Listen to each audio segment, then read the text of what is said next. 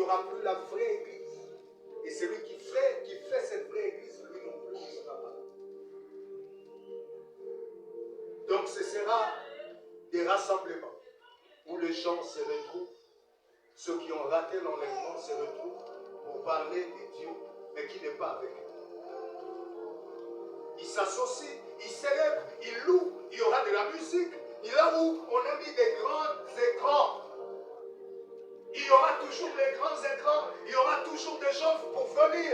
Mais la plupart ne sauront même pas que Christ est déjà revenu, qu'ils sont restés et qu'ils adorent un Jésus qui n'est même plus là, qui n'est pas là. Ils prient pour des gens et demandant reçois le Saint-Esprit alors que le Saint-Esprit n'est même plus là. Parce que lorsque l'enlèvement est fait, l'Église n'est plus. Et toutes les grâces qui sont dans l'Église n'est plus.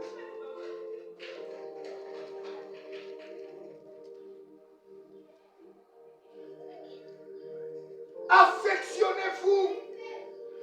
Tu as commencé à marcher avec le Seigneur. Ça fait combien de temps? Mais est-ce que dans ton cœur d'enfant de Dieu, il y a un goût pour les choses de Dieu? Est-ce qu'il y a un goût pour la parole? Est-ce qu'il y a un goût pour quelque chose? Est-ce qu'il y a un coin de ton cœur qui dit, il faut que Dieu m'apprécie. Je dois plaire à Dieu en faisant telle chose pour les autres. Je dois faire ceci parce que l'amour de Dieu me dévore. Jésus pouvait dire, le jour où il rentre dans le palais, plutôt, il a été dit de lui à propos du jour où il rentre dans la maison de Dieu pour chasser les vendeurs, que les ailes de ta maison me dévorent. À un moment donné, lorsqu'on a reçu le Seigneur, lorsqu'on marche avec Dieu, le sel de la maison de Dieu doit te dévorer.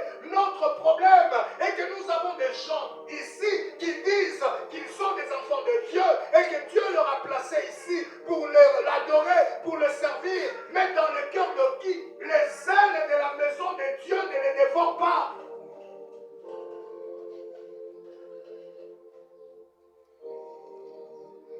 Nous ne sommes pas dévorés par les ailes. Nous ne sommes pas. Des gens calmes, quand il y a des chaises vides, ils ne sont pas dévorés par les ailes. Les ailes, c'est... Comment est-ce qu'on appelle les ailes?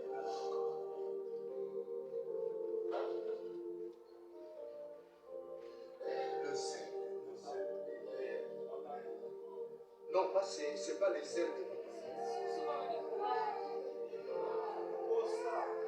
Voilà. Un amour fou. Un amour qui dépasse. Que quelqu'un a. Et vous le retrouvez en train de faire. Vous le retrouvez en train d'accepter de dormir affamé alors qu'il pouvait voler. Il pouvait tromper, il pouvait mentir. Il ne le fait pas. Parce que le zèle pour Dieu, le zèle de l'amour de l'autre, fait que même quand ils ne se sentent pas bien, mais il part quand même regarder dans ce... Même quand son emploi du temps est difficile, mais il prend quand même son téléphone pour appeler.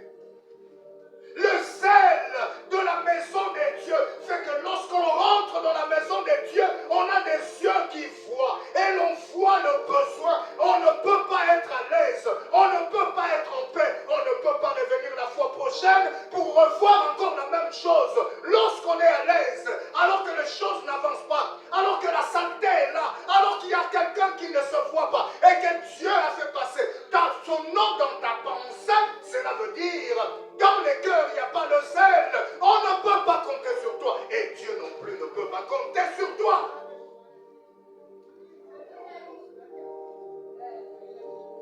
Le zèle, voilà la clé qui ouvre les cœurs de Dieu. Pour qu'il s'occupe aussi de ta vie. Parce que vous savez, Dieu bénit toujours au travers des autres.